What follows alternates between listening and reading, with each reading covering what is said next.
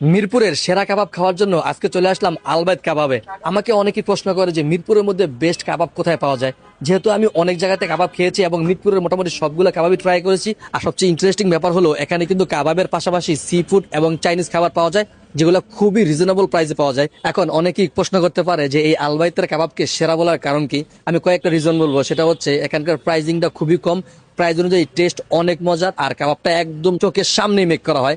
আমি কিন্তু রেগুলার এখানে কাবাব খেতে আসি। সো এই আলবাইতের কাবাব সমাচার দেখাবো আজকের ভিডিওতে। যেহেতু আজকে আলবাইতে আসছি তাদের কাবাবগুলো ট্রাই করার জন্য, সো আপনারা যারা একটু ঝাল টাইপের মশলাযুক্ত কাবাব পছন্দ করেন তারা ট্রাই করতে পারেন চিকেন টাংরি কাবাব, বিফ শিক কাবাব, আর হচ্ছে তাদের তন্দুরি কাবাবটা, চিকেন বটি কাবাবটা ট্রাই করতে পারেন। এটা অনেক পরিমাণে স্পাইসি হয়, আর তাদের এই কাবাবের সাথে গার্লিক নান সহ কয়েক রকমের নান পেয়ে যাবেন। গার্লিক নান দিয়ে তাদের বিফ শিকটা আমার কাছে বেশ ভালো লাগছে, তবে অনেক বেশি স্পাইসি আর অনেক বেশি মশলাযুক্ত লাগছে। আমি পার্সোনালি এত মশলা পছন্দ করি না, যেহেতু আমি স্পাইসি আর মশলা কম পছন্দ করি।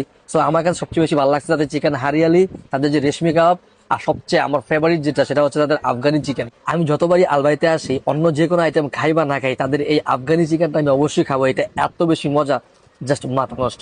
আপনারা যারা মিরপুরের মধ্যে বেস্ট কাবাব খেতে চান তারা কিন্তু ডেফিনেটলি এই আলবাইতে আসতে পারেন। তাদের কাবাব আইটেম গুলো আমার কাছে বেশ ভালো লাগছে, সাথে চাইনিজ আইটেম গুলো বেশ ভালো ছিল।